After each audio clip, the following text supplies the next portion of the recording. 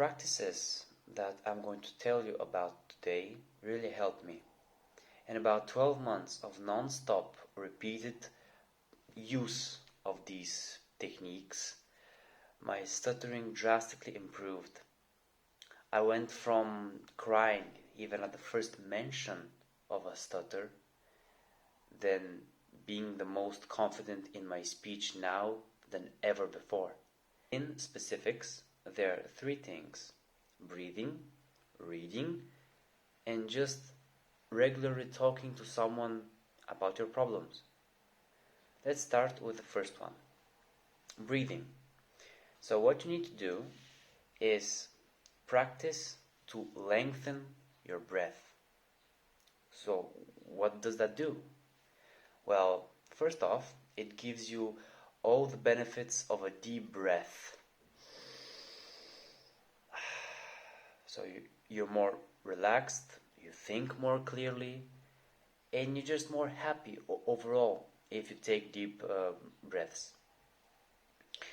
And also, the duration of the breath matters most to us stutterers because it gives us more time to get our words out. Because, as you might know, the main problem of having a block comes from not actually having enough air to say what you want to say. And you try to force words out. So, how do you practice it? Well, you first off breathe in slowly and deeply. And your goal is to maximize the time and the fullness of breath. So,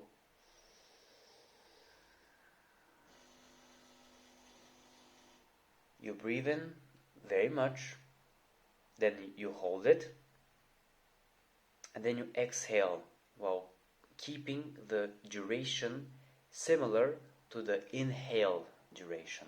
Try to do this for as long a time as possible.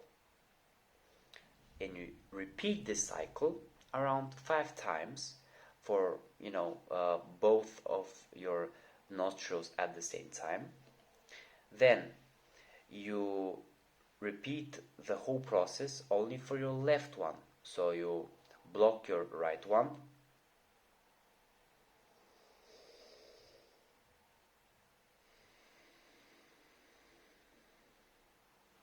then you block your left one,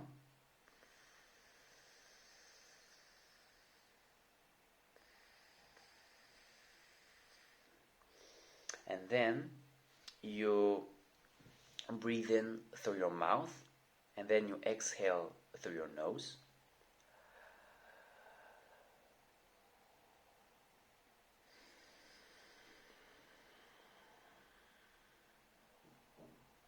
Also, try to open your mouth as much as possible. Then after that, you inhale through your mouth, then exhale through your nostrils, and then you inhale through your mouth, and then again exhale through your mouth. So you do nostril, mouth, then mouth, nostril, and then mouth, mouth. And you can think of this breathing exercise as a kind of meditation, if you wish. Or you can do this even while watching something like a video, for example. You can even try doing it while watching this one. Or maybe you're focusing on something, or maybe you're just bored in class. Well, in class you may want to consider skipping the nostril part because you're going to look weird. And also, if you have a stuffy nose, you can again skip the nostril part of the breathing because you don't want to force anything. Then, reading. So, reading helped me a lot because I didn't have confidence to read in front of a large crowd, a large class maybe, so many people. But however much you try, nothing beats just the trial and error of reading in front of a crowd. You can't practice the nerves while just reading by yourself. So it's nothing complicated. You just take a book that you're going to read anyway and start. Maybe set up a challenge to read the whole book aloud, something to keep it interesting for yourself. And after about 1 or 2 books, I'm sure you'll feel much more confident in your ability to read. So start with maybe half a page per day and focus on getting into the story. Be dramatic. Read like you're making an audiobook. Make different voices for your characters. I found that really helped. And then starting from half a page, build up to 4 to 5 pages per day. And for the breathing and for the reading habits, I recommend that you schedule some time every day to make sure that you're not forgetting to do them, and you're just more consistent in your habits. And to do that, watch my calendar scheduling video right here. So, last point, having someone who knows your problems that you can regularly talk to. Why is that so important, you might say? Well, stuttering is a lonely and isolating experience, and having a person to talk to about it is very important. So my person was my speech therapist.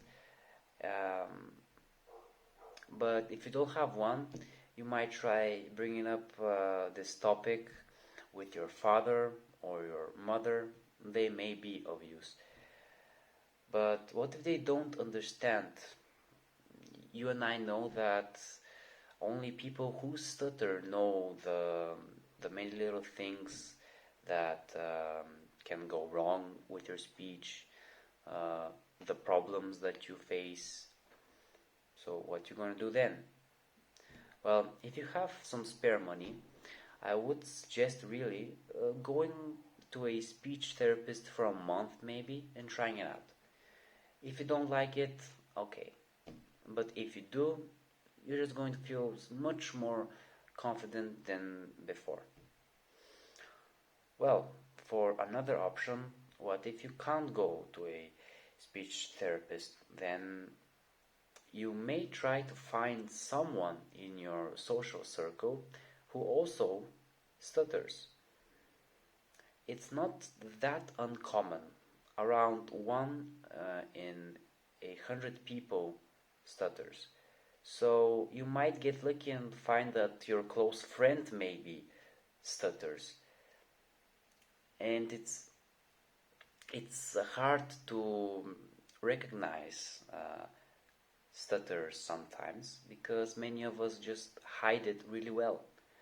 I have only seen maybe 2 people outside my speech therapist office who stutter. So my close friend is one, and then I saw a waiter who also had a bit of a stutter. So it's not that uncommon, and you may find one.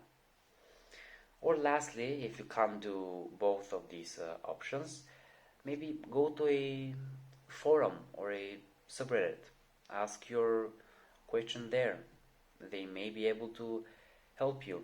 Or if you prefer, you can write a comment on this video and all my videos, and I will try to help you and find a solution. I'll be glad to do that because, as I said, I don't really know that many people with my problem. So, to conclude, stuttering is not something that can disappear in a day, But if you keep getting more consistent in these habits, you'll feel that the feeling that stuttering controls your every action will gradually disappear. I like to think of it as a debuff on my character, the stutter. But with time, that debuff will disappear. Have a good day.